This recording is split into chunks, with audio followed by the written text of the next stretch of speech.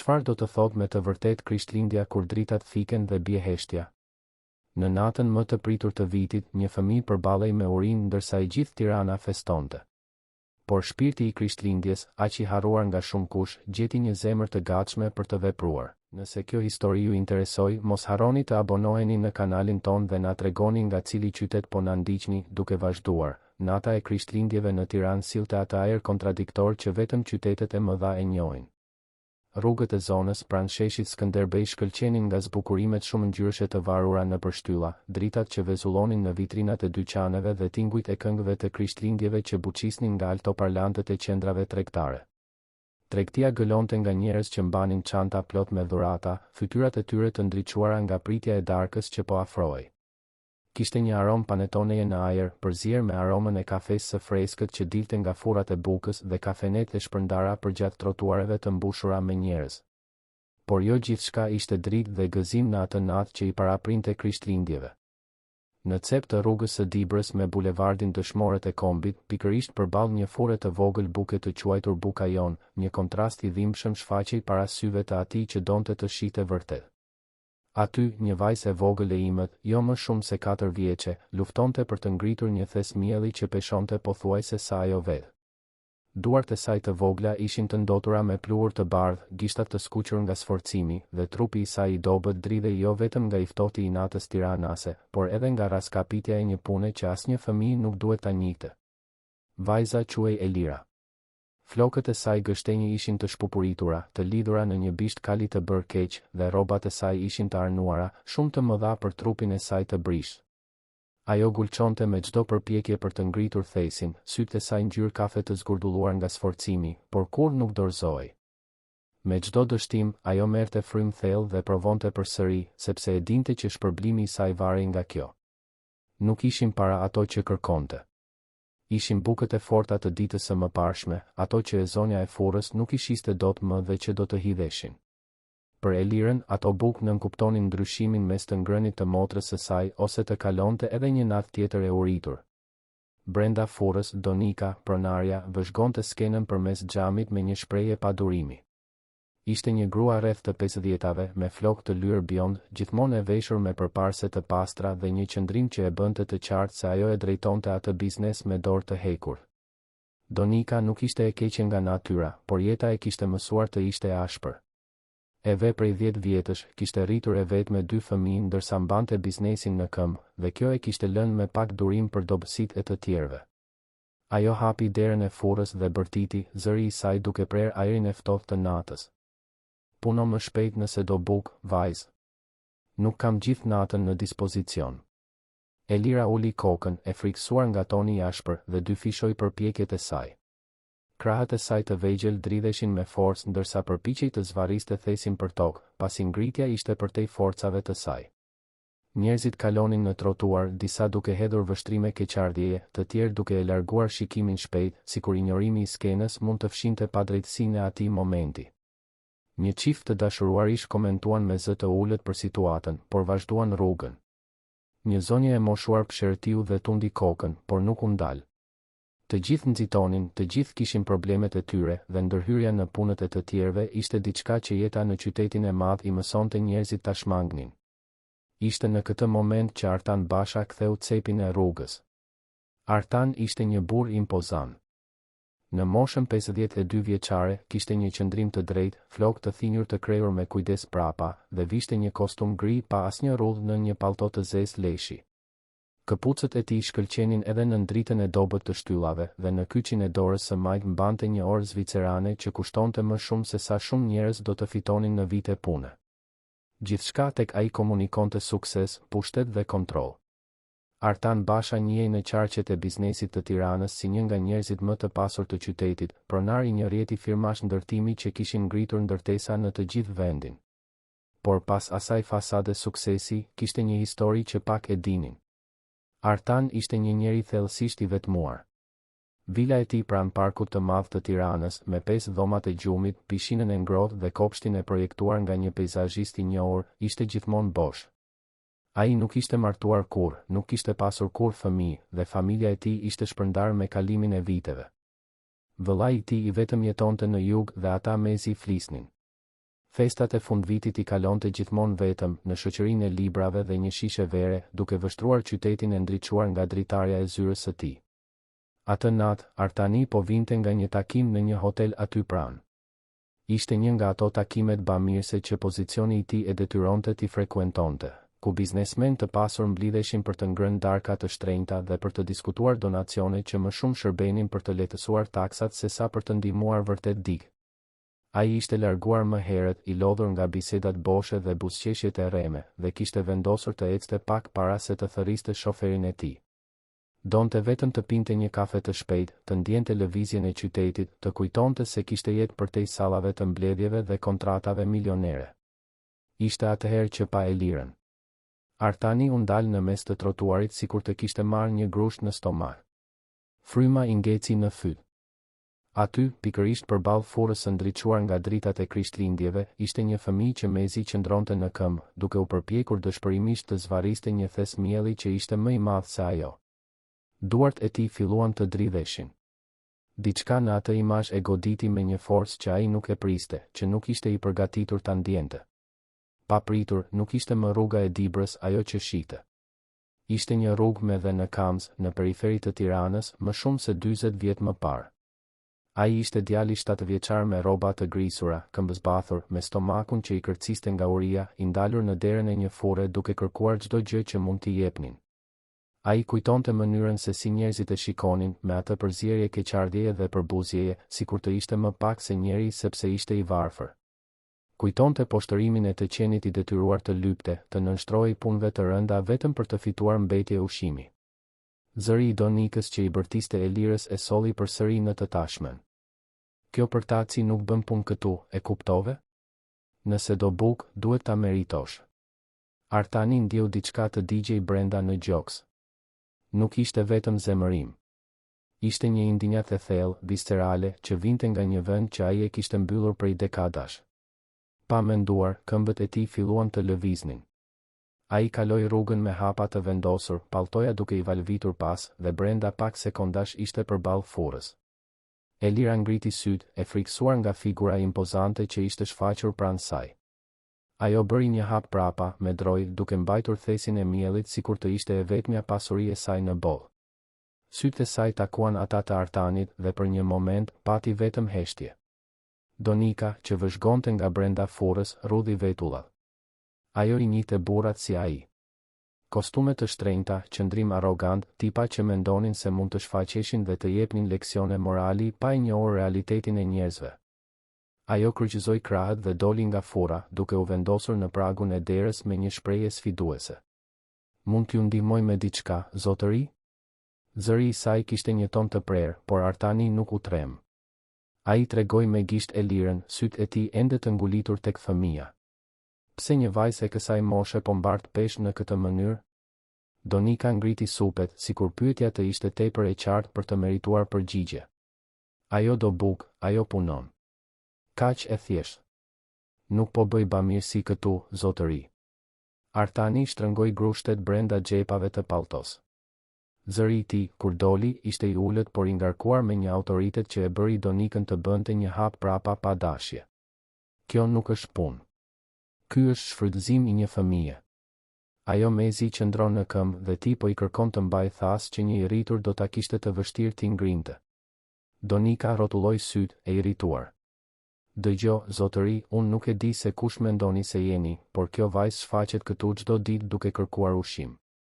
Unë mund ta përzija thjesht, por I jap një shans të punoj dhe të fitoj atë që I nevojitet. Nëse juve ju duket keq kjo, atëherë ndoshta ju duhet ta merrni në shtëpi dhe ta ushqeni vetë. Provokimi u hodh si një sfidë, por Donika nuk priste atë që ndodhi më pas. Artani e shikoi përsëri Elirën. Vajza po dridhej, jo vetëm nga I ftohti, por nga frika.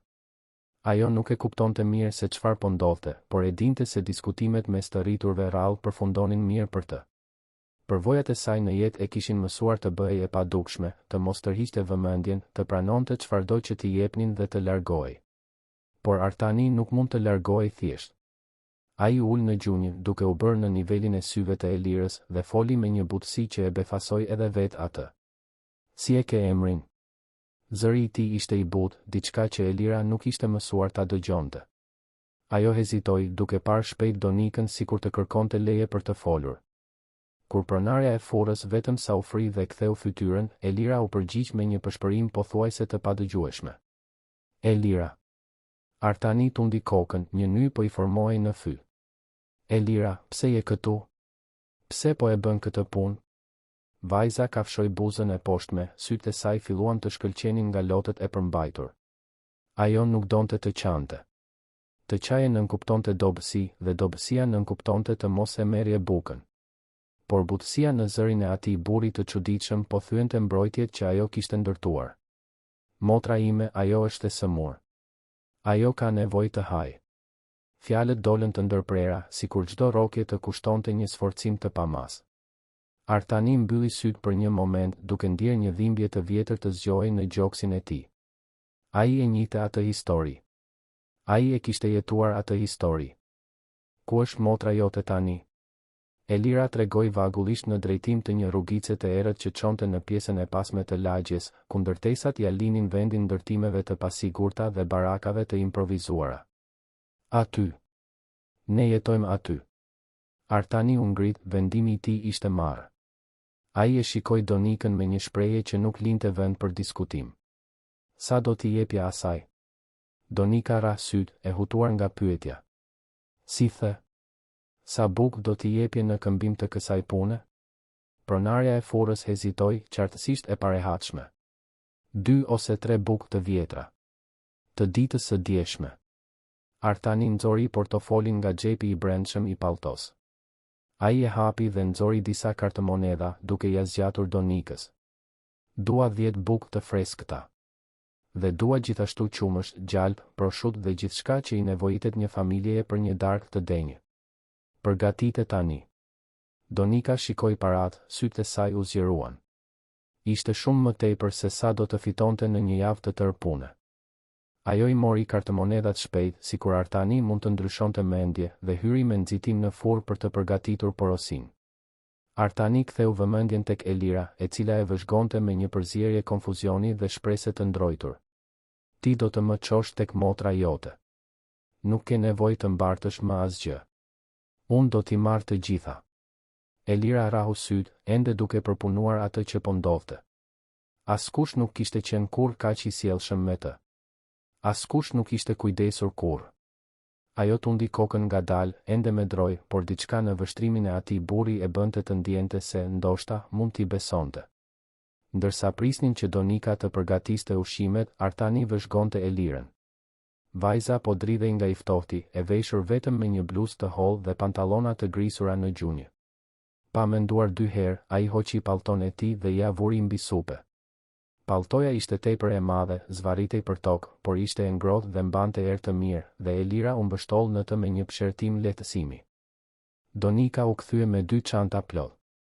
Kishte bukë të freskëta, ende të ngrohta, qumësht në kuti, djath, proshut, margarinë dhe madje edhe disa biskota dhe një kek të vogël që e kishte ruajtur. Ajo ja dha çantat Artanit pa thënë asgjë, por kishte diçka ndryshe në vështrimin e saj tani. Ndoshta ishte turp.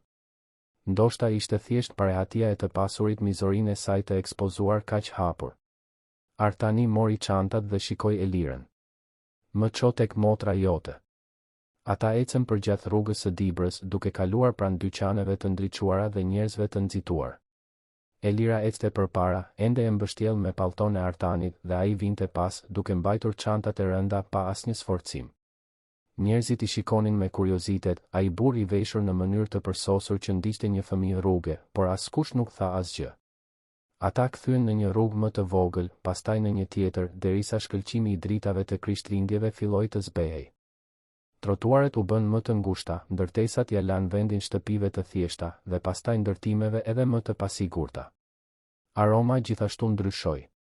Nuk ishte më panetone dhe kafe. Ishte kanalizim I keq mbajtur, plehra të grumbulluara, lagështi. Artani e njihte atë erë. Ai ishte rritur I rrethuar prej saj. Më në fund, Elira u ndal përballë një ndërtese që mezi meritonte të quhej shtëpi. Ishte një barak prej druri dhe mushamaje, e shtrydhur mes barakave të tjera të ngjashme, në një rrugicë aq të ngushtë sa 2 njerëz mezi mund të kalonin krah për krah. Nuk kishte derë, vetëm një perde e vjetër e varur në hyrje. Elira shtyu perden dhe hyri. Artani hezitoi për një moment, pastaj e ndoqi. Brendësia ishte edhe më keq se sa kishte imagjinuar. Hapësira ishte e vogël, ndoshta 3 metra katror në total. Nuk kishte mobilje, vetëm një dyshek i holl në tokë, i mbuluar me çarçaf të ndotur. Dhe mbi atë dyshek, e shtrirë anash, ishte një vajzë që dukej rreth 7 ose 8 vjeçe. Emri i saj ishte Ana. Flokët e saj gështenjë ishin ngjitur në ballin e djersitur, fytyra e saj ishte e zbehtë dhe buzët e saj kishin një ngjyrë gjysmë të kaltër që ja shtrëngoi zemrën Artanit. Vajza merrte frymë me vështirësi, gjoksi i saj ngrihej dhe ulej në mënyrë të parregull. Edhe nga larg, ai mund të shihte se ajo ishte shumë e sëmurë. Elira vrapoi te motra e saj dhe u ul në gjunjë pranë saj, duke i prekur fytyrën me kujdes. Ana, solla ushqim. Dhe një burr që do të na ndihmoj. Ana hapi syt ngadalë. Ishin të së njëjtës ngjyrë kafe si të Elirës, por ishin të turbull, pa jetë. Ajo e shikoi Artanin me një shprehje boshe, sikur të mos kishte energji as për t'u habitur. Artani i vuri çantat në tokë dhe u afrua. Ai u ul në gjunjë pranë dyshekut, kostumi i tij i shtrenjtë duke prekur dyshemen e ndotur dhe zgjati dorën për të prekur ballin e Anës. Ajo ishte zjarr. Temperatura ishte e lartë, rrezikshëm e lartë. Prej sa kohësh është kështu? Elira uli kokën, zëri i saj i vogël. 3 ditë. Ajo nuk mund të hajë pothuajse asgjë. Vetëm pi pak ujë. Artani ndjeu një val urgjence ta pushtonte. Ajo vajzë kishte nevojë për ndihmë mjekësore menjëherë. Por para çdo gjëje, ai duhej të kuptonte situatën e tyre. Ku janë prindërit tuaj? Ku janë ata? Elira filloi të qante në heshtje, lotët i rridhnin nëpër fytyrën e ndotur. Mami, ajo iku shumë kohë më parë. Ajo tha se do të kërkonte punë dhe nuk u kthye më kurrë. Dhe babin ne nuk e kemi njohur kurrë. Artani ndjeu tokën t'i zhdukej në gjunjë. 2 vajza, krejtësisht vetëm në botë, pa askën për t'i mbrojtur, pa askën për t'u kujdesur për to dhe njëra prej tyre ishte në prag të diçkaje shumë serioze. Ai shikoi Anën, pastaj Elirën dhe mori vendimin më të rëndësishëm të jetës së tij në atë moment. Ju do të vini me mua. Tani. Ana ka nevojë për një mjek dhe unë do ta çoj në një spital. Elira zgurdulloi syt, e frikësuar. Ne nuk kemi para për spital, zotëri. Artani tundi kokën, zëri i tij i prerë por i bull. Unë kam. Dhe ti nuk ke nevojë të shqetësohesh për këtë. Vetëm duhet të më besosh. Ai nxori celularin nga xhepi dhe formoi shpejt një numër. Kur dikush u përgjigj nga ana tjetër, zëri i tij mori tonin e komandës që të gjithë ata që punonin për të e njihnin mirë. Pali, dua të vish të më marrësh menjëherë. Po dërgoj vendodhjen tani. Dhe eja me makinën më të madhe. Do të shkojmë direkt në spitalin amerikan. Përgatit ekipin e urgjencës të na pres. Ai e mbylli telefonin dhe shikoi vajzat. Ana ishte aq e dobët sa mezi i mbante syt hapur, por Elira e vëzhgonte me një shprehje që përziente frikën dhe një shpresë tepër të brisht për t'u emërtuar. Artani e mori Anën në krah me kujdes, duke u habitur se sa e lehtë ishte. Vajza ishte praktikisht vetëm kockë e lëkur. Ajo rënkoi lehtë nga lëvizja, por nuk kishte forcë për të rezistuar. Elira u kap pas pantallonave të Artanit, ende e veshur me pallton e tij, duke refuzuar ta linte të largohej nga sytë e saj. Ata dolën nga baraka dhe u kthyen në rrugën kryesore, ku jeta normale vazhdonte sikur asgjë të mos kishte ndodhur. Dritat e Krishtlindjeve ende vezullonin me gëzim, njerëzit ende vraponin me çantat e tyre të dhuratave, këngët e Krishtlindjeve ende buçisnin nëpër rrugë. Por diçka kishte ndryshuar për Artanin.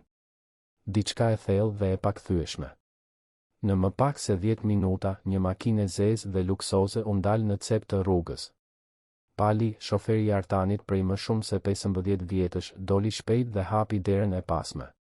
Sytë e tij u zgjeruan kur pa shefin e tij duke mbajtur një vajzë të sëmurë dhe një fëmijë tjetër të ndotur që i ishte kapur pas tij, por ai nuk bëri pyetje. E njihte Artanin mjaftueshëm mirë për të ditur se, kur ai merrte një vendim, nuk kishte kthim prapa. Shkojmë direkt për te amerikani. Shpejt, por me kujdes.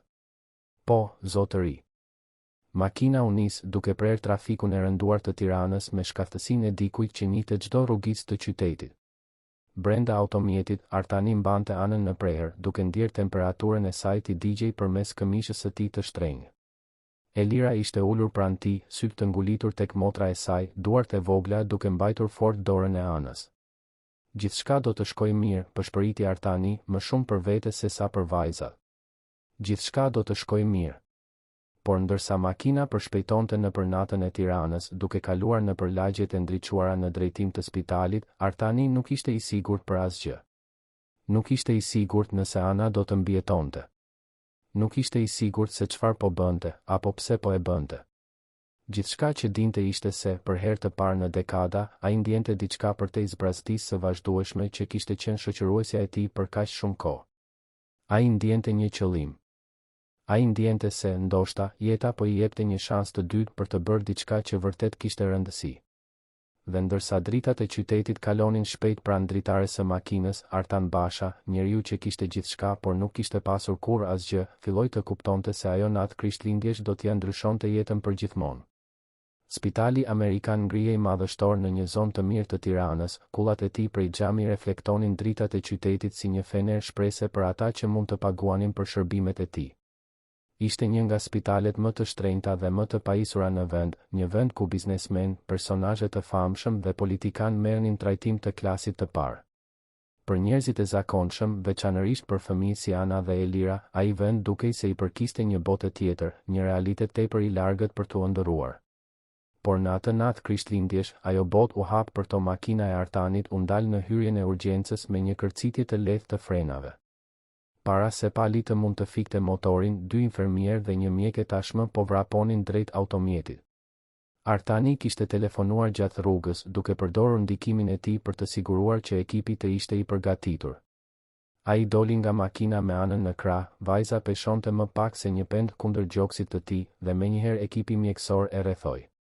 Mjekja, një grua rreth të 40-tave me flokë të mbledhur topuz dhe sy të vëmendshëm, preku shpejt ballin e Anës dhe kontrolloi frymëmarrjen e saj. Fytyra e saj u mbyll në një shprehje shqetësimi profesional. Prej sa kohësh ka temperaturë? Zëri i saj ishte i prerë, i fokusuar. 3 ditë, sipas motrës. Artani tregoi Elirën, e cila kishte zbritur nga makina dhe i ishte kapur pas këmbës, e tmerruar nga gjithë ajo lëvizje. Mjekja u bëri shenjë infermierëve, të cilët menjëherë sollën një barel. Artani e vendosi anën mbi të me kujdes dhe brenda pak sekondash vajza po çohej brenda spitalit. Elira u përpoq të vraponte pas, por një nga infermierët e mbajti butësisht. Ajo është motra ime. Më lini të shkoj me të. Zëri i Elirës doli si një klithmë dëshpërimi. Artani u ul në nivelin e saj, duke i mbajtur supet me vendosmëri por butësisht. Elira, më shiko mua. Mjekët do të kujdesen për të. Ata janë më të mirët. Por ti duhet t'i lësh të punojnë. Mund të qëndrosh këtu me mua, në rregull? Të premtoj se nuk do ta lëm anën vetëm. Elira e shikoi me sy të zgurdulluar, plot lot, por tundi kokën në shenjë pohimi. Ajo nuk kishte zgjidhje tjetër veçse t'i besonte atij burri të çuditshëm që brenda pak orësh kishte ndryshuar plotësisht realitetin e tyre. Ata hynë në spital së bashku, Artani me dorën e vendosur mbi supin e Elirës, duke e udhëhequr nëpër korridoret vezulluese. Aroma e dezinfektantit e përzier me ajrin e kondicionuar të ftohtë ishte aq e ndryshme nga baraka e lagësht dhe e nxehtë ku ato jetonin, saqë Elira ndihej sikur kishte hyrë në një planet tjetër. Muret ishin të bardha dhe të pastra, dyshemeja shkëlqente dhe kishte lule të freskëta në vazo të shpërndara nëpër korridore. Mjek dhe infermier kalonin me nxitim, por të gjithë dukej se e dinin saktësisht se çfarë po bënin. Një recepcioniste ju afrua Artanit me një blok në dorë, gati për të mbledhur informacion. Ai dha shpejt të dhënat e tij, duke siguruar që të gjitha shpenzimet do të viheshin në llogarinë e tij. Recepcionistja shikoi Elirën me rrobat e saj të ndotura dhe fytyrën e shenjuar nga jeta e vështirë, por nuk bëri asnjë koment. Nëse i dukej e çuditshme që një burr si Artan Basha ishte aty me një fëmijë rruge, i mbajti mendimet për vete.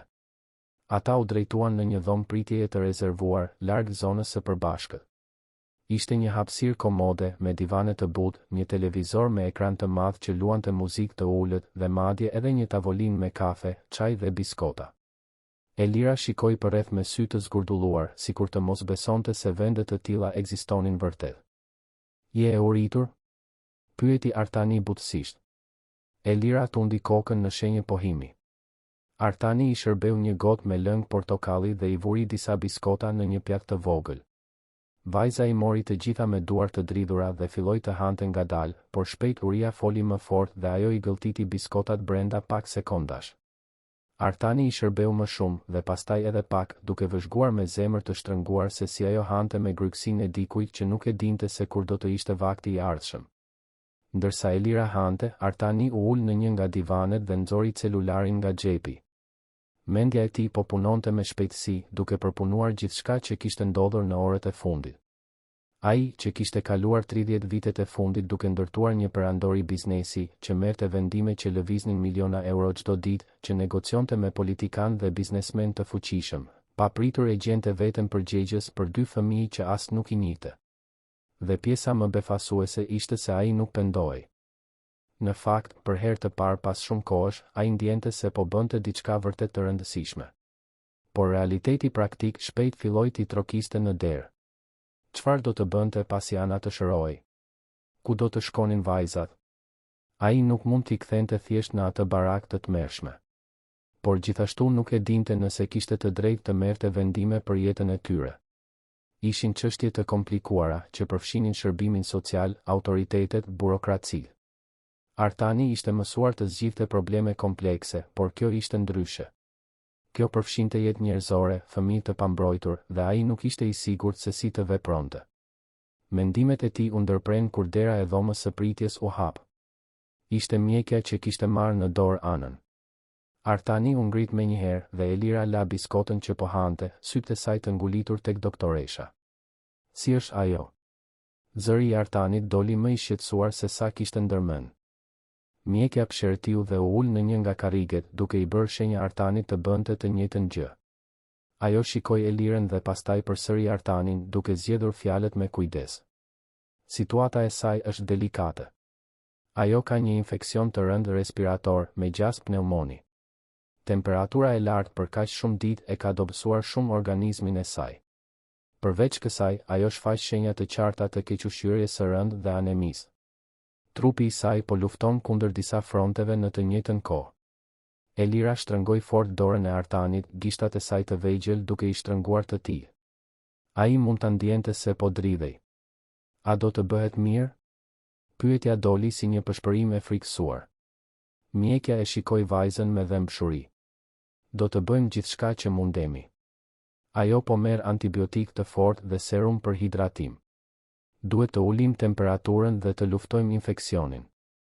Orët e ardhshme janë kritike, por ajo është në duar të sigurta. Artani tundi kokën, duke ndier një peshë të madhe në gjoks. Ai shikoi mjekën dhe pyeti me zë të ulët. A mund të marr vizita? Ende jo. Ajo duhet të pushoj dhe t'i lërë medikamentet të bëjnë efektin e tyre. Por sa po të jetë e mundur, do t'ju njoftoj. Mjekja bëri një pauzë dhe pastaj pyeti, zëri i saj i butë. Ju jeni familje? Pyetja e kapi Artanin të papërgatitur. Ai shikoi Elirën, e cila e vëzhgonte me ata sy kafe plot shpresë dhe frikë, dhe ndiu diçka të lëvizte brenda tij. Familje. Ai nuk kishte një të tillë. Prej dekadash. Por aty, në atë moment, me atë fëmijë që i mbante dorën sikur ai të ishte e vetmja gjë e qëndrueshme në një botë që po shembej, ai ndiu diçka që nuk dinte ta emërtonte. Po. Fjala doli para se ai të mund të mendonte më mirë. Po, jemi. Mjekja tundi kokën, duke u dukur e kënaqur me përgjigjen dhe u ngrit. Do t'ju mbaj të informuar për çdo ndryshim. Mundohuni të pushoni pak. Do të jetë një natë e gjatë. Ajo doli dhe Artani mbeti aty i ulur, ende duke përpunuar atë që kishte thënë. Elira e tërhoqi nga mënga e këmishës, sytë e saj duke shkëlqyer. Ti the se ne jemi familje. Artani e shikoi dhe ndiu një ny në fy. Ai nuk dinte çfarë të përgjigjej, sepse as ai vetë nuk e kuptonte pse e kishte thënë atë. Por duke parë atë vajzë, duke parë mënyrën se si ajo e shikonte me një besim që ai nuk e meritonte, por dëshpërimisht donte ta nderonte, ai kuptoi se ndoshta, në një mënyrë të çuditshme dhe të papritur, ishte e vërtetë. Po. E thash. Dhe do të kujdesemi për ju të dyja. Premtoj. Elira u hodh në krahët e tij në një përqafim të fortë, dhe Artani e mbajti, duke ndjer lotët e saj t'i lagnin këmishën e shtrenjtë.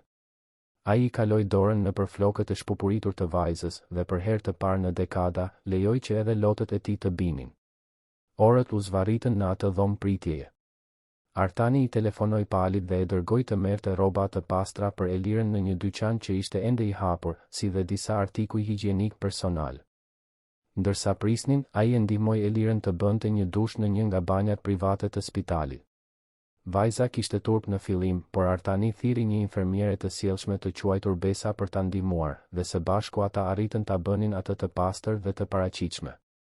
Kur Elira doli nga dushi me rroba të reja dhe flokë të larë të krejur, ajo dukej si një fëmijë krejtësisht ndryshe. Sytë e saj kafe shkëlqenin, faqet e saj kishin marrë pak ngjyrë nga ushqimi dhe ngrohtësia e spitalit, dhe për herë të parë që kur Artani e kishte njohur, ajo buzëqeshi. Ishte një buzëqeshje e ndrojtur, gjysmë e turpshme, por ishte e sinqertë. Je shumë e bukur, tha ai, dhe ishte e vërtetë. Elira uli syt, qartësisht e pamësuar të merrte komplimente, por buzëqeshja nuk ju largua nga fytyra. Ishte pothuajse 3 e mëngjesit kur mjekja u kthye. Artani kishte dremitur në divan, me Elirën të mbështjellë pranë tij, gjithashtu duke fjetur. Trokitja e lehtë në derë e zgjoi, dhe ai u ngrit shpejt, me kujdes për të mos zgjuar vajzën. Mjekja buzëqeshi, dhe kjo ishte e mjaftueshme për Artanin të ndjente një lehtësim të pamas. Temperatura ka rënë. Ajo po merr frymë më mirë. Ende është herët për të thënë se është jashtë rrezikut, por ajo ju përgjigj mirë medikamenteve. Ky është një sinjal shumë I mirë. Artani lëshoi një pëshertim që nuk e dinte se po e mbante. A mund ta shoh? Mundesh. Por vetëm për disa minuta. Ajo duhet të pushoj. Ai e zgjoi Elirën butësisht, dhe të dy ndoqën mjekën nëpër korridoret e heshtura të spitalit. Ishte Krishtlindje tani. Teknikisht, tashmë kishte kaluar mesnata. Gëzuar Krishtlindjet, mendoi Artani me ironi. Por ndoshta, në një mënyrë të çuditshme, ishte vërtet një Krishtlindje e veçantë. Më e veçanta që kishte pasur në shumë kohë. Ana ishte në një dhomë private, e shtrirë në një krevat spitali me çarçaf të bardhë e të pastër. Kishte një monitor pranë saj që shënonte rrahjet e zemrës së saj në një ritëm të vazhdueshëm dhe qetësues. Frymëmarrja e saj ishte ende e dobët, por shumë më mirë se më parë. Kur Elira hyri në dhomë, sytë e saj u mbushën me lodh. Ana. Ajo vrapoi te krevati dhe I kapi dorën motrës. Ana hapi syt ngadalë dhe kur pa Elirën, një buzëqeshje e dobët u shfaq në buzët e saj të zbehta. Elira je bërë e bukur. Zëri I saj ishte vetëm një pëshpërim, por ishte zëri I saj, dhe kjo ishte ajo që kishte rëndësi. Elira qeshi dhe qau në të njëjtën kohë, duke I mbajtur dorën motrës sikur të mos e lëshonte më kurrë. Artani qëndroi në derë duke vëzhguar skenën. Kishte diçka thellësisht prekse në atë moment, në mënyrën se si dy motrat shikonin njëra tjetrën, sikur të ishin e vetmja gjë që kishte rëndësi në botë. Dhe ndoshta ishin.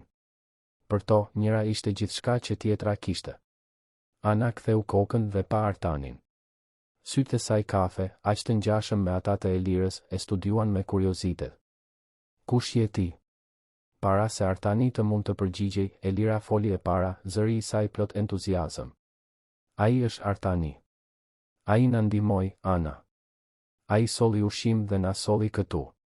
Ai tha se ne jemi familje. Ana e shikoi Artanin për një moment të gjatë dhe pastaj, çuditërisht, edhe ajo buzëqeshi. Ishte një buzëqeshje e lodhur, por kishte mirënjohje në të. Faleminderit. Fjala ishte e thjeshtë, por mbante një peshë të madhe. Artani tundi kokën, fyti I tij tepër I shtrënguar për të folur. Ai ju afrua krevatit dhe I preku butësisht krahun Anës. Ti do të bëhesh mirë. Premtoj. Mjekja u shfaq në derë duke treguar se ishte koha për ta lënë Anën të pushonte. Elira hezitoi të lëshonte dorën e motrës, por më në fund u dorëzua kur Ana përshpëriti se gjithçka ishte në rregull, se do të flinte pak. Kthyer në dhomën e pritjes, Artani kuptoi se duhej të merrte vendime praktike. Ai I telefonoi Marcelës, avokates së tij dhe një nga të paktët njerëz tek të cilët besonte vërtet. Ajo u përgjigj e përgjumur, qartësisht e irrituar që po e zgjonin në mes të natës në ditën e Krishtlindjeve, por kur Artani i shpjegoi shpejt situatën, ajo mbeti në heshtje për një moment. Artan, e di që kjo do të jetë e komplikuar, apo jo? Këta fëmijë ndoshta duhet të jenë nën kujdesin e shtetit. Ka çështje ligjore të përfshira. E di. Por nuk do t'i lë të kthehen në atë vend. Nuk do ta bëj. Zëri i tij ishte i prerë, pa lënë vend për argumentim. Kam nevojë të më ndihmosh ta bëj këtë në mënyrën e duhur. Ligjërisht. Dua të kem kujdestarinë e tyre. Pati një pauzë të gjatë nga ana tjetër e linjës. Marcela dhe Artani punonin së bashku prej më shumë se 15 vjetësh, dhe ajo nuk e kishte parë kur kaq të vendosur për diçka që nuk ishte biznes.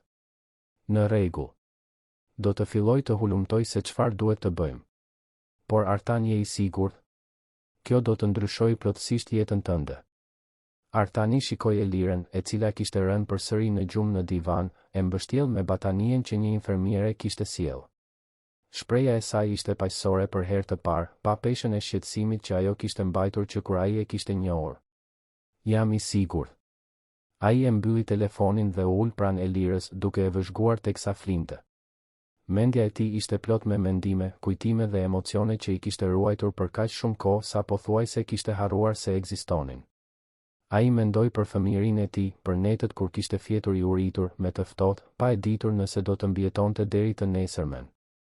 Mendoi për gruan që e kishte ndihmuar një herë, që i kishte dhënë bukë dhe disa fjalë të buta që kishin mbjellë një farë shprese në zemrën e tij. Ajo grua nuk e mori vesh kur ndikimin që pati në jetën e tij. Ajo ndoshta as nuk e mbante mend.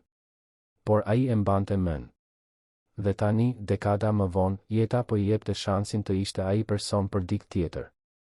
Shansin të ishte dora e shtrirë, zemra bujare, zëri që thotë nuk je vetëm. Ai nuk e dinte nëse ishte gati. Nuk e dinte nëse do të ishte një baba i mirë, apo kujdestar, apo çfarëdo që po bëhej për ato vajza. Por e dinte se duhej të provonte. Sepse nëse nuk provonte, nëse thjesht i linte të ktheheshin në atë jetë të tmerrshme, nuk do ta falte kur veten. Jashtë dritares, qyteti i Tiranës fillonte të zgjohej për ditën e Krishtlindjeve. Dritat e para të agimit pikturonin qiellin me nuanca rozë dhe të arta. Në mira shtëpi, familjet po zgjoheshin për të hapur dhuratat, për të përgatitur darkat, për të festuar së bashku. Dhe aty, në atë spital, në një dhomë pritjeje të heshtur, një burr i vetmuar dhe 2 vajza jetime formonin fillimin e pamundur të diçkaje që ndoshta, me kohë dhe kujdes, mund të bëhej një familje e vërtetë. Por ndërsa ai moment butësie shpalosej në spital, në një pjesë tjetër të Tiranës, disa pjesë filluan të lëviznin. Donika, pronarja e furrës, nuk kishte mundur të flinte atë natë. Skena që kishte dëshmuar, mënyra se si ai burr i pasur e kishte konfrontuar, mënyra se si ai e kishte marrë Eliren, e gjithë kjo e kishte lënë thellësisht të parehatshme. Nuk ishte pendim, jo saktësisht. Ishte më shumë një ndjenjë se diçka e madhe kishte ndodhur, diçka që mund të kishte pasoja. Ajo e njihte Eliren prej muajsh. Vajza shfaqej pothuajse çdo ditë, duke kërkuar punë në këmbim të ushqimit. Donika gjithmonë kishte menduar se po i bënte një favor, duke i dhënë fëmijës një shans për të fituar diçka në vend që thjesht të lypte. Por tani, duke e rishikuar natën në mendjen e saj, ajo filloi të vinte në dyshim veten. A kishte qenë mizore? A kishte shfrytëzuar një fëmijë të pambrojtur? Dhe kush ishte ai burr? Çfarë do të bënte ai me vajzat? Donika u ngrit nga krevati dhe shkoi te dritarja e apartamentit të saj të vogël mbi furrë. Poshtë, rruga e Dibrës ishte e qetë, e zbukuruar me dritat e Krishtlindjeve që ende vezullonin në agim. Ajo këshertiu, duke ndier një peshë në gjoks që nuk arrinte ta identifikonte. Nëse do të ishit në vendin e Artanit, do t'i kishit ndihmuar vajzat apo thjesht do të kishit vazhduar rrugën tuaj? Na tregoni në komente. Ndërkohë, në spital, Artani më në fund lejoi që gjumi ta merrte. Vetdia e tij e fundit para se të binte në gjumë ishte ndjesia e frymëmarrjes së lehtë të Elirës pranë tij dhe siguria se, pavarësisht se çfarë do të ndodhte nga ai moment, ai nuk ishte më vetëm. Dhe as ato. Rrezet e para të diellit të ditës së Krishtlindjeve hynin përmes dritareve të spitalit amerikan, duke sjellë një dritë të artë që dukej se mbarte premtimin e fillimeve të reja. Artani u zgjua me një dhimbje në qafë nga që kishte fjetur ulur në divan, por ndjesia e parehatisë fizike ishte e papërfillshme pranë vorbullës së emocioneve që e pushtonte.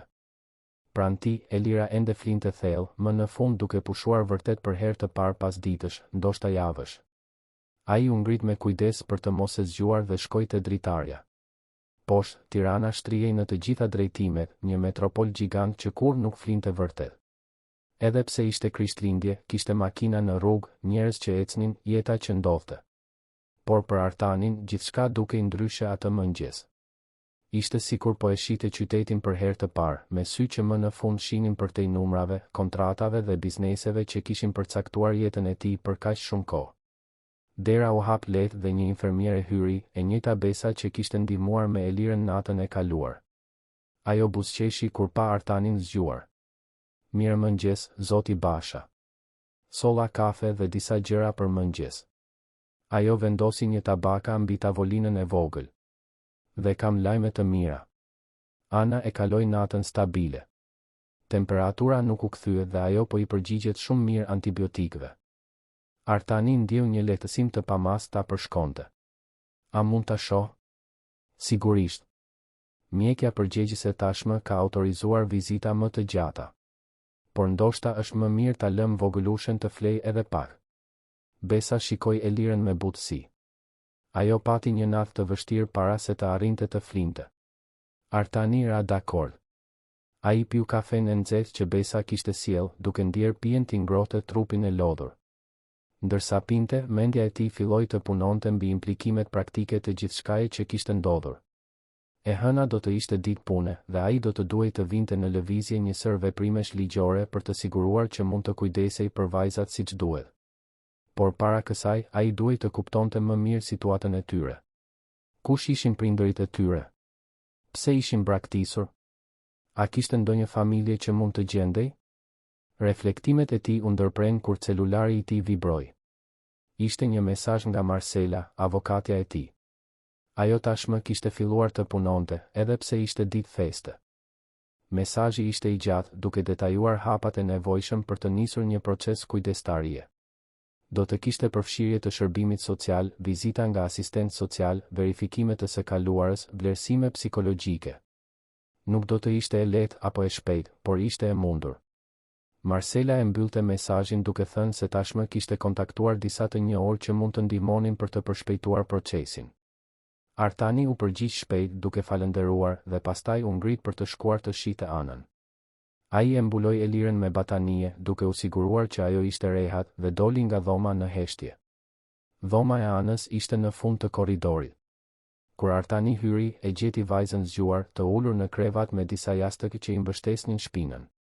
Ajo ishte ende e zbetë, por kishte më shumë jetë në sytë e saj se sa natën e kaluar. Një tabaka mëngjesi ishte mbi tavolinën pranë krevatit dhe Ana po hante ngadalë një fet buke të thejkur me reçel. Mirë mëngjes, tha Artani butësisht për të mos e trembur. Ana e shikoi dhe buzëqeshi, një buzëqeshje e vogël por e sinqertë. Mirë mëngjes. Zëri i saj ishte ende i dobët, por ishte më i qartë se më parë. Artani tërhoqi një karrige dhe u ul pranë krevatit. Si po ndihesh? Më mirë. Ana piu një glënjik lëng portokalli. Shumë më mirë se si ndihesha më parë. Kishte kaq shumë peshë në ato fjalë të thjeshta. Artani mund të imagjinonte vuajtjen që ajo kishte kaluar në ato ditë temperature, e shtrirë në atë dyshek të ndotur, pa ilaçe, pa ndihmë, vetëm me një motër të vogël që përpiqej dëshpërimisht ta mbante gjallë. Ana, duhet të bëj disa pyetje. Mund të jetë e vështirë të flasësh për këtë, por është e rëndësishme. Në rregull. Ana tundi kokën, duke e vënë fetën e bukës përsëri në pjatë. Gishtat e saj të hollë luanin nervozisht me cepin e çarçafit. Nëna jote. Kur ishte hera e fundit që e pe? Vajza uli syt dhe Artani mund të shihte lotët që filluan t'i formoheshin. Ka shumë kohë. Më shumë se një vit, mendoj. Ajo tha se do të kërkonte punë në një qytet tjetër. Tha se kur të sistemohej do të kthehej të na merrte. Por ajo nuk u kthye kurrë. Jo. Ana fshiu një lot që i shpëtoi. Ne pritëm shumë gjatë. Elira ende beson se mami do të kthehet. Por unë mendoj se ajo nuk do të kthehet. Fjalët u thanë me një pjekuri të dhimbshme për dikë kaq të re. Artani ndjeu zemrën t'i shtrëngoi. Po baba yt, a di gjë për të? Ana tundi kokën. Mami nuk fliste kur për të. Vetëm një herë tha se ai iku para se ne të lindnim, se ai as nuk e dinte që ne ekzistonim. A e mban mend emrin e plot të nënës tënde? Marina. Marina Kola. Emri ishte i zakonshëm, gjë që do ta bënte kërkimin më të vështirë. Por Artani bëri një shënim mendor për t'ia kaluar informacionin Marselës. Ndoshta kishte regjistrime, dokumente, diçka që mund të ndihmonte për të gjetur gruan ose të paktën për të kuptuar se çfarë kishte ndodhur me të. Ana, ndërsa nëna jote nuk shfaqet, ti dhe Elira keni nevojë për dikë që të kujdeset për ju. Dhe unë, Artani bëri një pauzë, duke zgjedhur fjalët me kujdes. Unë do të doja të isha ai person. Nëse ju doni, sigurisht. Ana e shikoi me ata sy të mëdhenj dhe serioz, duke përpunuar atë që ai kishte thënë. Por ne nuk të njohim. E di. Dhe ti ke gjithë të drejtën të kesh frikë ose të mos më besosh. Por të premtoj se do të bëj gjithçka për t'u kujdesur mirë për ju. Do t'ju jap një shtëpi të sigurt, ushqim, arsim, gjithçka që ju nevojitet. Dhe nëse në të ardhmen nëna juaj kthehet, asgjë nuk do t'ju pengoj të qëndroni me të. Unë vetëm dua të sigurohem që ju do të jeni mirë deri atëherë. Ana mbeti në heshtje për një moment të gjatë, sytë e saj të ngulitur tek Artani, sikur po përpiqej t'i lexonte shpirtin. Më në fund, ajo pyeti me një zë të vogël. Pse? Pse do ta bëje këtë për ne? Pyetja ishte e thjeshtë, por përgjigjja ishte komplekse. Artani mori frym thellë, duke vendosur të ishte i sinqert. Sepse kur isha fëmijë, isha si ju. Kam vuajtur nga uria. Nuk kisha askën. Dhe dikush më ndihmoi një herë kur kisha më shumë nevojë. Ajo ndihmë ma ndryshoi jetën. Më dha një shans. Dhe tani, duke ju parë ju, është sikur po më jepet shansi ta kthej atë favor. Të jem për ju ajo që ai person ishte për mua. Ana i përthithi fjalët në heshtje. Pastaj, ngadalë, ajo zgjati dorën e vogël drejt Artanit. Ai ja kapi dorën me kujdes, duke ndier gishtat e brisht të mbylleshin rreth të tive. Në rregull. Ti mund të kujdesesh për ne. Ishin vetëm fjalë të thjeshta, të thëna nga një fëmijë i sëmur në një krevat spitali. Por për Artanin, ato nënkuptonin gjithçka. Nënkuptonin besim, nënkuptonin shpresë, nënkuptonin një shans të dytë si për të, ashtu edhe për ato. Ai qëndroi me Anën për disa minuta të tjera, duke biseduar për gjëra më të lehta. Ajo i tregoi se i pëlqente të vizatonte, se ëndërronte të shkonte në shkollë si fëmijët e tjerë, se ngjyra e saj e preferuar ishte vjollës. Ishin detaje të vogla, por secili prej tyre e ndihmonte Artanin të njihte më mirë atë vajzë trime që kishte mbijetuar kaq shumë. Kur u kthye në dhomën e pritjes, gjeti Elirën zgjuar, të ulur në divan me një gotë lëng në dorë. Ajo e shikoi me pritje. Si është ajo? Shumë më mirë. Është zgjuar dhe po ha. Do të shkosh ta shohësh. Fytyra e Elirës u ndriçua dhe ajo u hodh nga divani, gati duke derdhur lëngun. Artani buzëqeshi dhe e udhëhoqi përsëri në dhomën e Anës. Kur dy motrat pan njëra tjetrën, pati një moment gëzimi të pastër. Elira vrapoi te krevati dhe të dyja u përqafuan, duke qeshur dhe duke qarë në të njëjtën kohë. Artani vëzhgonte nga dera, duke ndier një butësi që nuk e dinte se ishte i aftë ta ndjente. Por momenti i tij i paqes u ndërpre kur i ra celulari. Ishte Marcela. Artan, kemi një problem.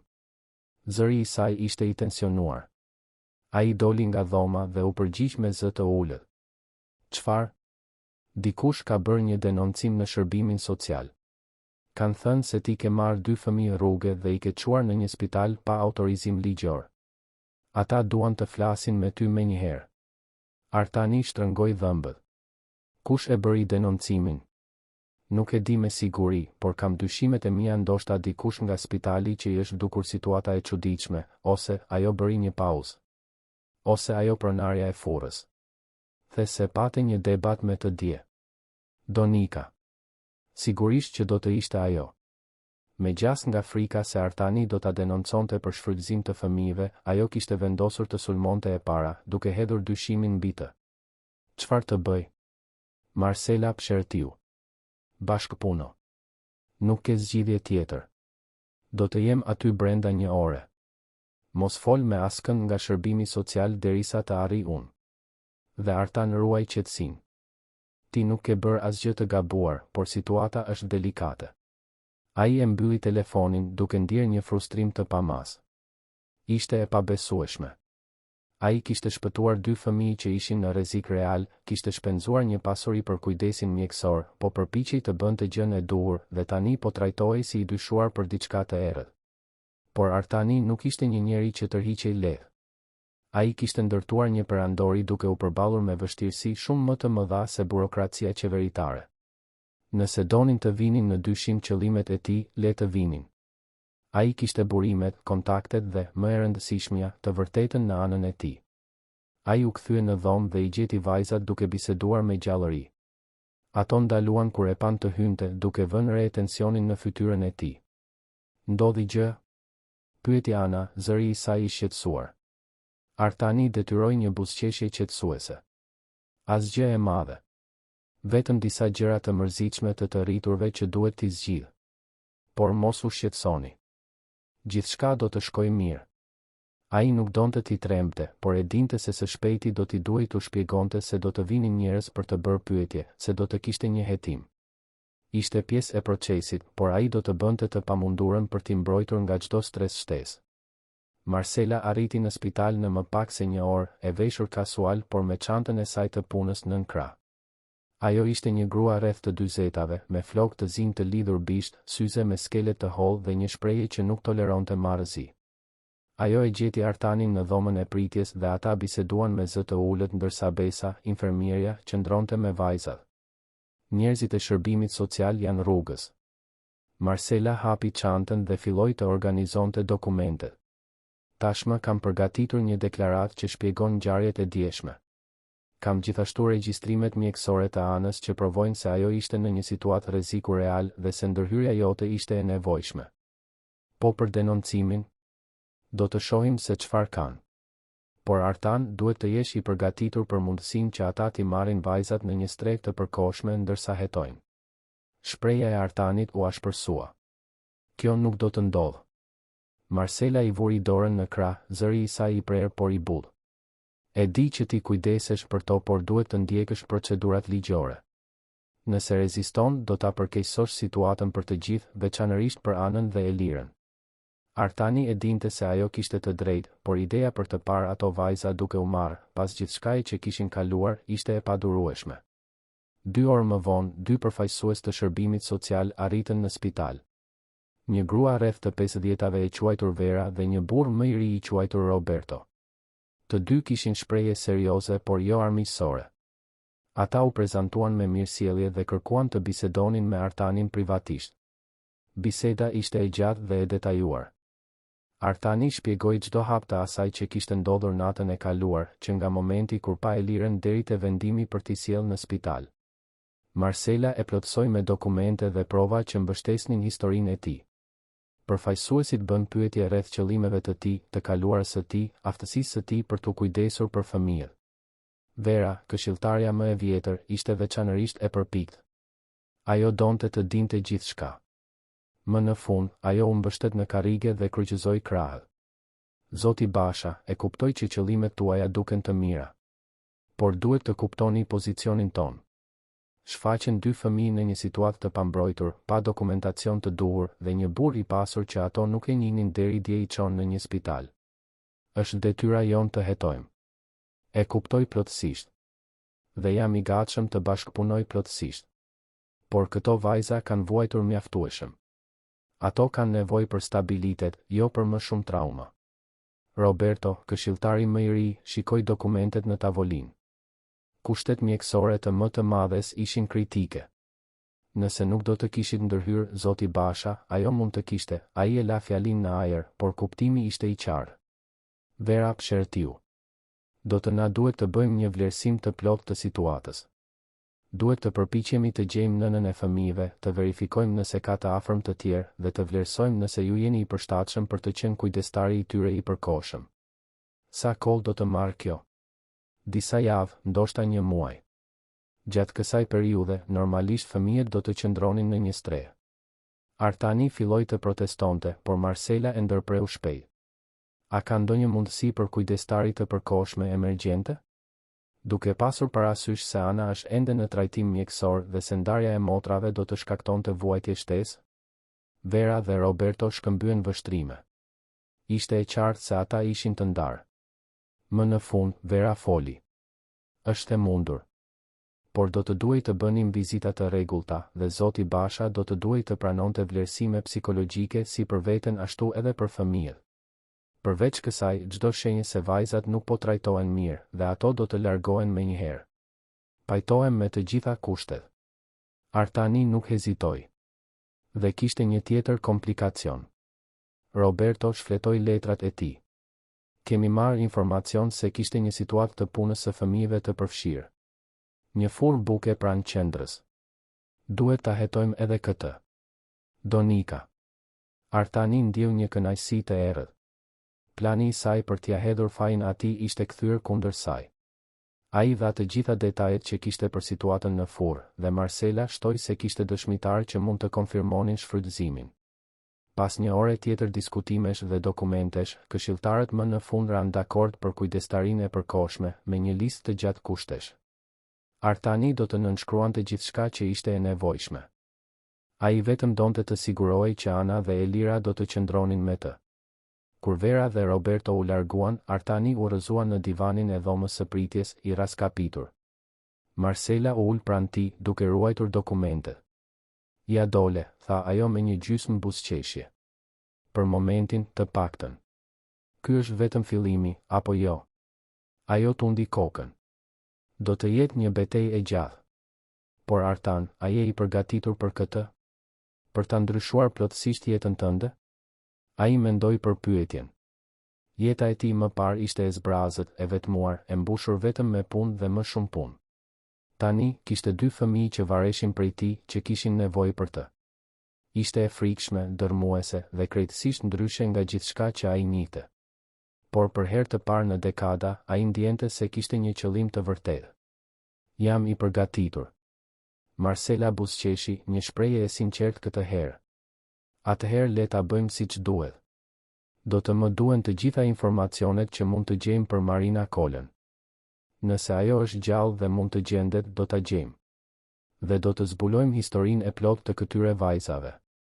Artani ra dakord, por diçka në fund të mendjes së tij e shqetësonte. Emri Marina Kola kishte diçka familjare në të, diçka që nuk arrinte ta identifikonte. Ishte si një kujtim në majë të gjuhës, një lidhje që truri i tij po përpiqej ta bënte, por ende nuk ja dilte. Ai e largoi mendimin për momentin. Kishte gjëra më urgjente për t'u shqetësuar. Ana do të duhej të qëndronte në spital edhe për disa ditë. Elira do të kishte nevojë për ndjekje psikologjike dhe mjekësore gjithashtu. Dhe ai do të duhej të përgatiste shtëpinë e tij, jetën e tij, për të pritur 2 fëmijë. Ishte Krishtlindje dhe në vend të vetmisë së zakonshme, Artan Basha e gjente veten në mes të sfidës më të madhe të jetës së tij. Por duke parë vajzat, duke parë buzëqeshjet e ndrojtura që filluan të shfaqeshin në fytyrat e tyre, ai e dinte se nuk kishte vend tjetër në botë ku do të preferonte të ishte.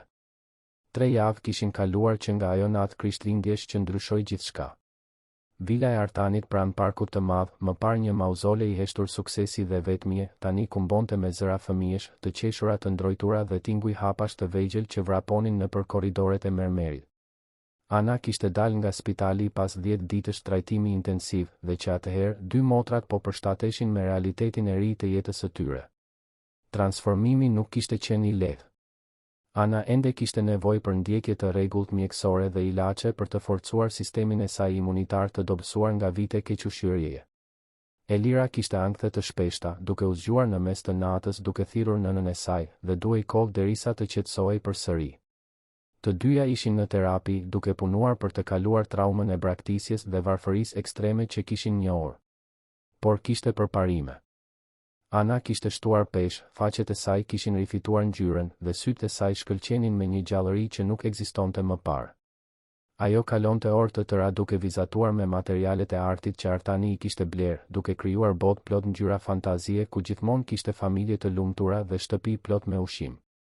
Elira ishte më e folur, më pak e frikësuar dhe kishte zhvilluar një lidhje të veçantë me Artanin, duke e ndjekur nëpër shtëpi si një hije e vogël dhe mbrojtëse.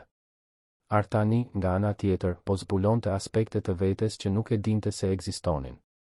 Ai kishte mësuar të bënte gërsheta në flokët e Elirës, edhe pse dilnin shtrembër. Kishte mësuar të lexonte përralla me zëra të ndryshëm për çdo personazh, duke i bërë vajzat të qeshnin. Kishte mësuar se përqafimet mund të shëronin pothuajse çdo gjë, dhe se thjesht të ishe i pranishëm nënkuptonte më shumë se çdo dhuratë e shtrenjtë. Por situata ligjore ishte ende e komplikuar. Marcela dhe ekipi i saj po punonin pa u lodhur për të gjurmuar Marina Kolën. Ata kishin zbuluar se gruaja ishte me origjinë nga një qytet i vogël në veri të Shqipërisë, që kishte ardhur në Tiranë pothuajse 10 vjet më parë në kërkim të punës.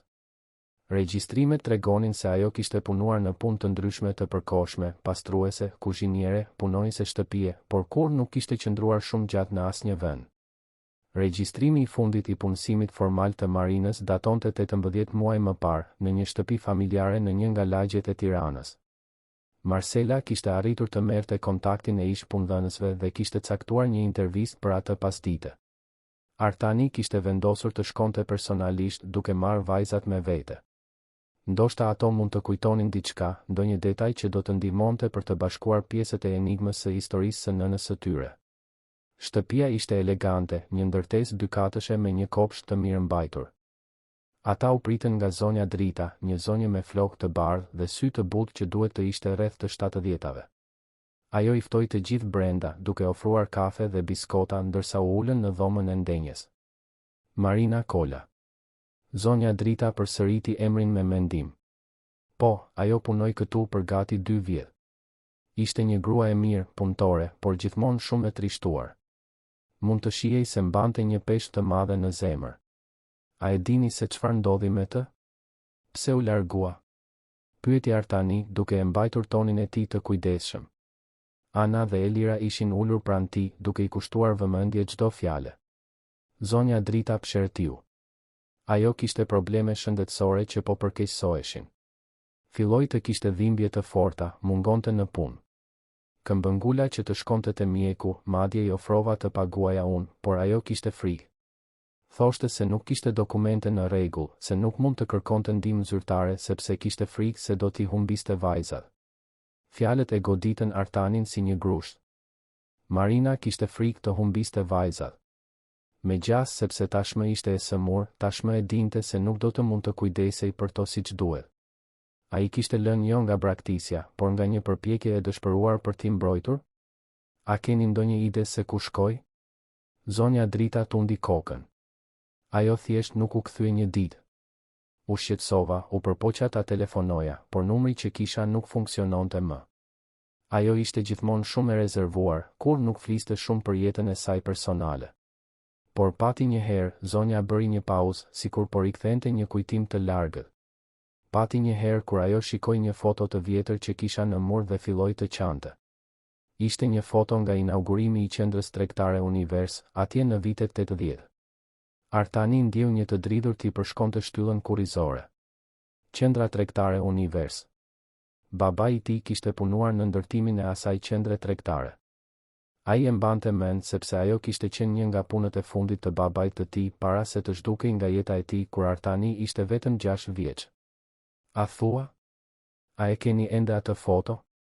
Zonja drita u ngrit dhe shkoi te një raft, duke nxjerrë një kornizë fotografie të pluhurosur. Ajo ia dha Artanit. Fotoja ishte e vjetër dhe pak e zbehur, duke treguar një grup të madh punëtorësh ndërtimi që pozonin përballë asaj që do të ishte qendra tregtare, ende në ndërtim e sipër.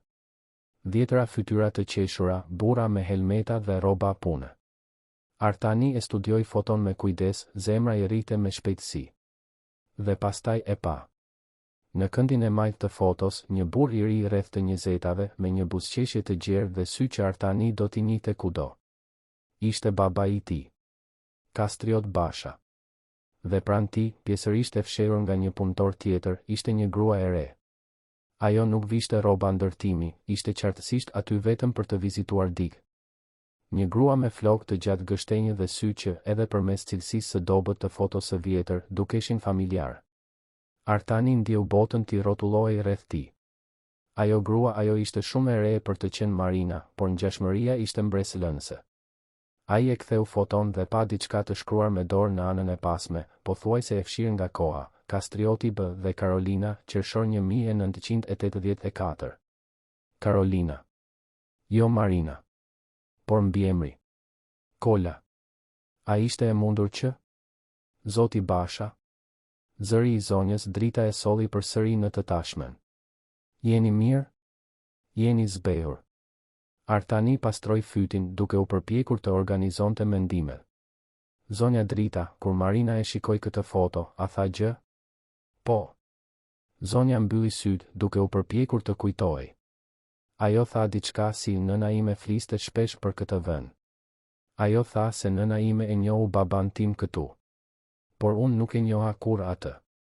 Enigma filloi të bashkohej në mendjen e Artanit me një qartësi të frikshme. Karolina, gruaja në foto, duhet të ishte lidhur me baban e tij, Kastriotin, gjatë ndërtimit të qendrës tregtare. Ata kishin pasur një marrëdhënie dhe ajo kishte mbetur shtatzën. Por Kastrioti tashmë kishte një marrëdhënie tjetër në atë kohë me nënën e Artanit. Kur zbuloi shtatzëninë e Karolinës, ai u kap nga paniku dhe u zhduk, duke braktisur të dyja familjet. Karolina lindi një vajzë, Marinën. Dhe Marina, vite më vonë, lindi Anën dhe Elirën.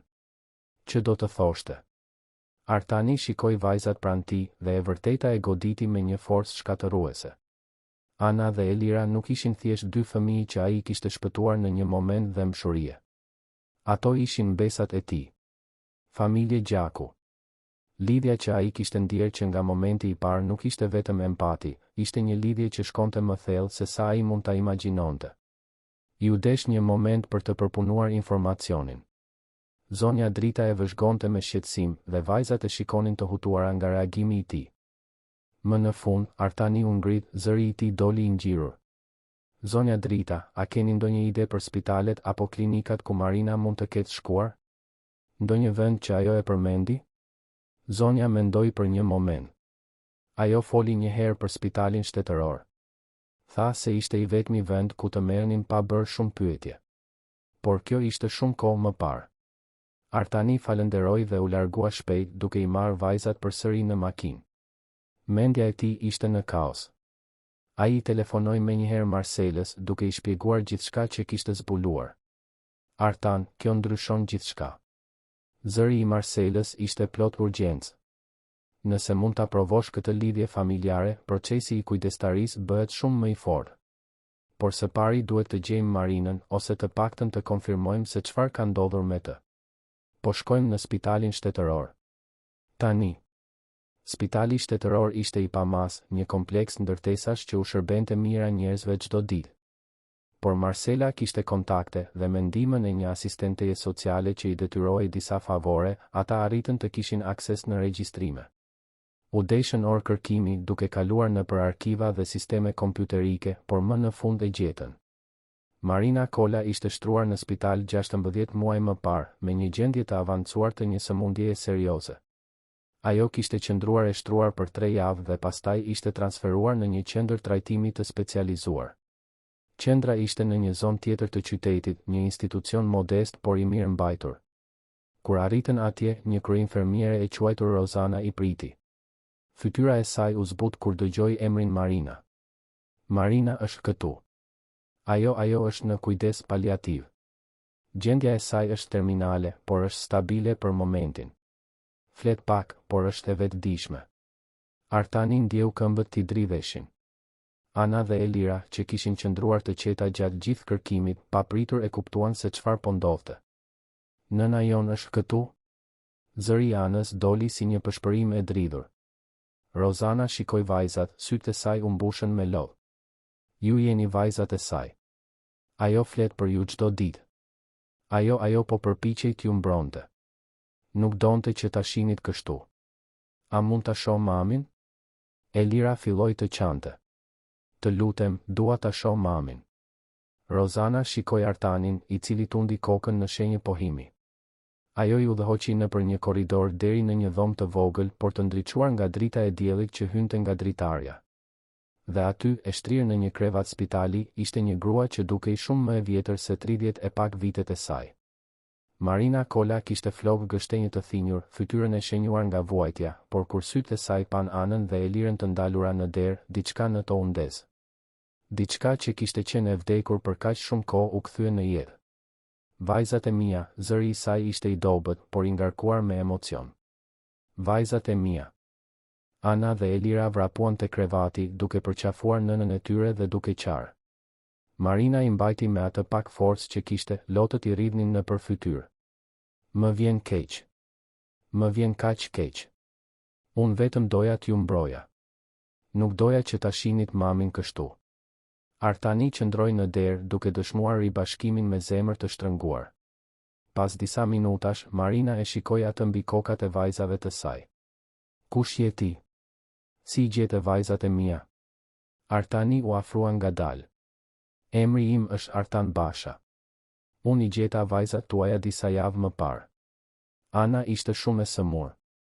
I çova në spital dhe që atëherë jam kujdesur për to. Marina e studioi me vëmendje dhe pastaj sytë e saj u zgjeruan. Basha. Ti e djali i Kastriot Bashës? Artani tundi kokën duke ndier një ny në fyt. Jam.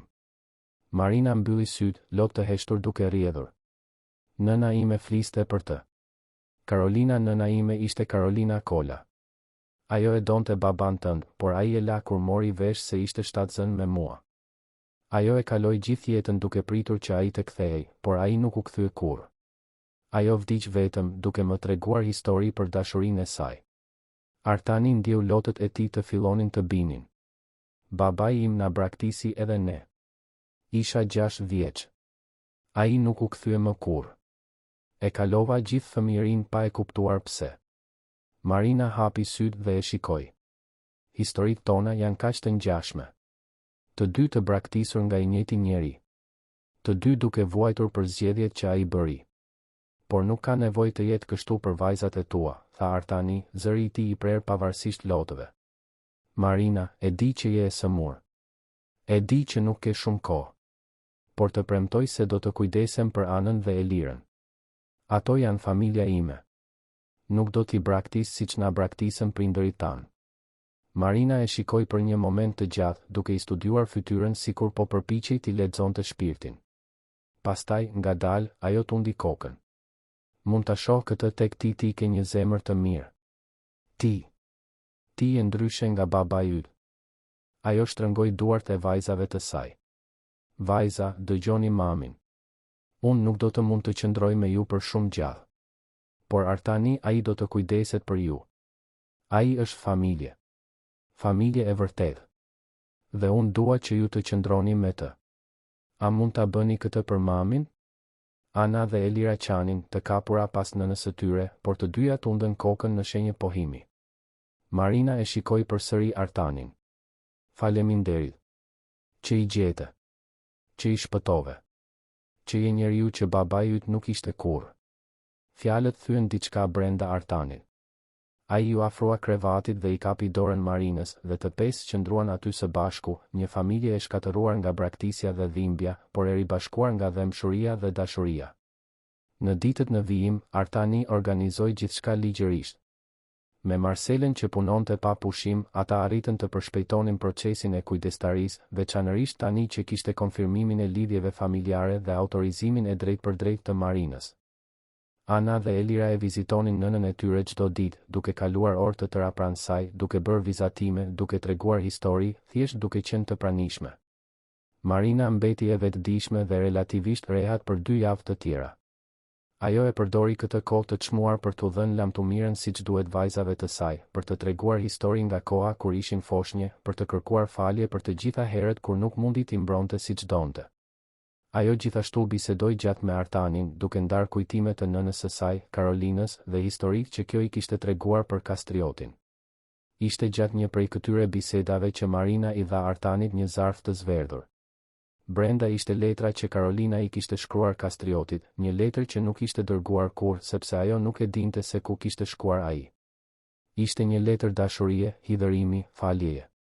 Dhe në fund, Karolina shkruante, shpresoj që, kudo që të jesh, të gjesh paqe. Dhe shpresoj që vajza jon të mos e njohë kurrë dhimbjen e braktisjes siç e njoha unë. Artani e lexoi letrën dhe ndjeu dekada zemërimi dhe inati të fillonin të shpërbëheshin. Baba i tij kishte qenë një njeri i dobët, i paftë të përballej me pasojat e zgjedhjeve të tij. Por ajo trashëgimi i braktisje e mbaronte aty. Me Artanin, me Anën dhe Elirën. Ai do ta thyente ciklin. Marina u nda nga jeta qetësisht një mëngjes pranvere, e rrethuar nga vajzat e saj dhe nga Artani. Fjalët e saj të fundit ishin mirënjohje dhe dashuri. Ana dhe Elira qanë, por kishte gjithashtu një paqe tek ato. Ato kishin pasur shansin të jepnin lamtumirën, të thoshin të dua një herë të fundit, të dinin se nëna e tyre nuk I kishte braktisur kur nga mungesa e dashurisë, por nga një dëshirë e dëshpëruar për t'i mbrojtur. Varrimi ishte I thjeshtë por I denjë. Artani u sigurua që Marina të varrosej pranë nënës së saj, Karolinës, duke I ribashkuar dy gratë që kishin vuajtur kaq shumë për shkak të njëjtit njeri. Ana dhe Elira vendosën lule mbi varr dhe Artani vendosi letrën e Karolinës bashkë me to në muajt që pasuan, jeta filloi të gjente një ritëm të ri. Ana dhe Elira u vendosën zyrtarisht nën kujdestarinë e përhershme të Artanit. Ato filluan të studionin në një shkollë private aty pranë, duke bërë miq, duke qeshur më shumë çdo ditë. Terapia vazhdonte dhe do të kishte gjithmonë plag nga ajo që kishin kaluar, por tani kishte gjithashtu shpresë, siguri, dashuri. Artani transformoi një nga dhomat e vilës së tij në një studio arti për Anën, ku ajo kalonte orë të tëra duke krijuar botë plot ngjyra.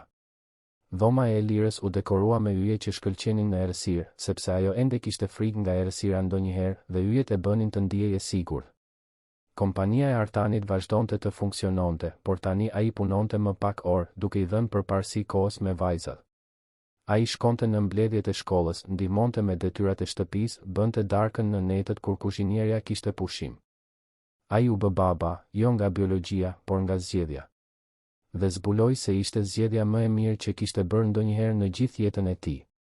Një natë, pothuajse një vit pas asaj nate fatale të Krishtlindjeve, Artani po u lexonte një përrall vajzave para se të flinin. Ishte një përrall për një familje që gjen njëra tjetrën pasi kishte humbur. Kur mbaroi, Ana e shikoi me ata sy serioz që e bënin të dukej shumë më e madhe se sa ishte. Xhaxhi Artan, a mendon se mami është e lumtur tani? Artani e mendoi pyetjen me kujdes. Ai kur nuk I gënjente vajzat, edhe kur e vërteta ishte e vështirë. Mendoj se po. Ajo e dinte se ju do të ishit të sigurta dhe të dashura. Dhe mendoj se kjo ishte gjithçka që ajo donte gjithmonë. Elira, e cila pothuajse po binte në gjumë, murmuriti e përgjumur. Ne të duam, Xhaxhi Artan. Fjalët e thjeshta e goditën Artanin sikur më parë. Ai I puthi në ballë se cilën prej tyre, zëri I tij I ngjirur nga emocioni. Edhe unë ju dua juve. Më shumë se sa mund të shprehin fjalët. Ai fiku dritën dhe e mbylli derën butësisht, duke e lënë pak të hapur siç preferonte Elira. Duke ecur nëpër korridor drejt dhomës së tij, Artani u ndal përballë një fotografie që kishte vendosur në mur. Ishte një foto e re, e bërë disa javë më parë në park. Në të, ai ishte në qendër, me Anën në njërin anë dhe Elirën në tjetrën, të gjithë duke buzëqeshur. Ishte një foto e thjeshtë, por nënkuptonte gjithçka. Pranë saj, ai kishte vendosur foton e vjetër të qendrës tregtare Univers, të njëjtën që zonja Drita I kishte dhënë. Ishte një kujtesë. Një kujtesë se ku kishte filluar gjithçka, për zgjedhjet e gabuara që kishte bërë baba I tij dhe për vendimin që Artani kishte marrë për të mos I përsëritur ato gabime. Atë natë Krishtlindjesh, kur pa një vajzë të vogël duke luftuar për të mbajtur një peshk të pamundur, ai kishte menduar se po shpëtonte dy fëmijë. Por e vërteta ishte më e thellë. Ai kishte shpëtuar një familje. Familjen e tij. Dhe duke e bërë këtë, kishte shpëtuar veten. Jashtë, qyteti I Tiranës vazhdonte ritmin e tij të furishëm. Por brenda asaj vile, në dhoma plot vizatime shumë ngjyrëshe dhe yje që shkëlqenin në errësirë, tre njerëz që kishin qenë të humbur më në fund kishin gjetur rrugën për në shtëpi. Të dashur dëgjues, shpresojmë që historia e Artanit, Anës dhe Elirës të ketë prekur zemrat tuaja. Nëse jeni emocionuar me këtë udhëtim shpengimi, dashurie dhe familjeje, klikoni butonin e pëlqimit, abonohuni në kanal dhe na tregoni në komente se çfarë ju preku më shumë në këtë histori. Ishte guximi I Artanit për të hapur zemrën e tij? Ishte forca e vajzave përballë kaq shumë vuajtjesh? Apo ishte zbulimi I lidhjeve familjare që I bashkonte të gjithë ata? Çdo ditë, ne sjellim histori intensive si kjo, që zbulojnë anën më të thellë të shpirtit njerëzor dhe na kujtojnë se edhe në situatat më të vështira, dashuria dhe dëmshuria mund të transformojnë jetë. Ju presim në episodin e ardhshëm me një histori të re që do t'ju prek emocionet.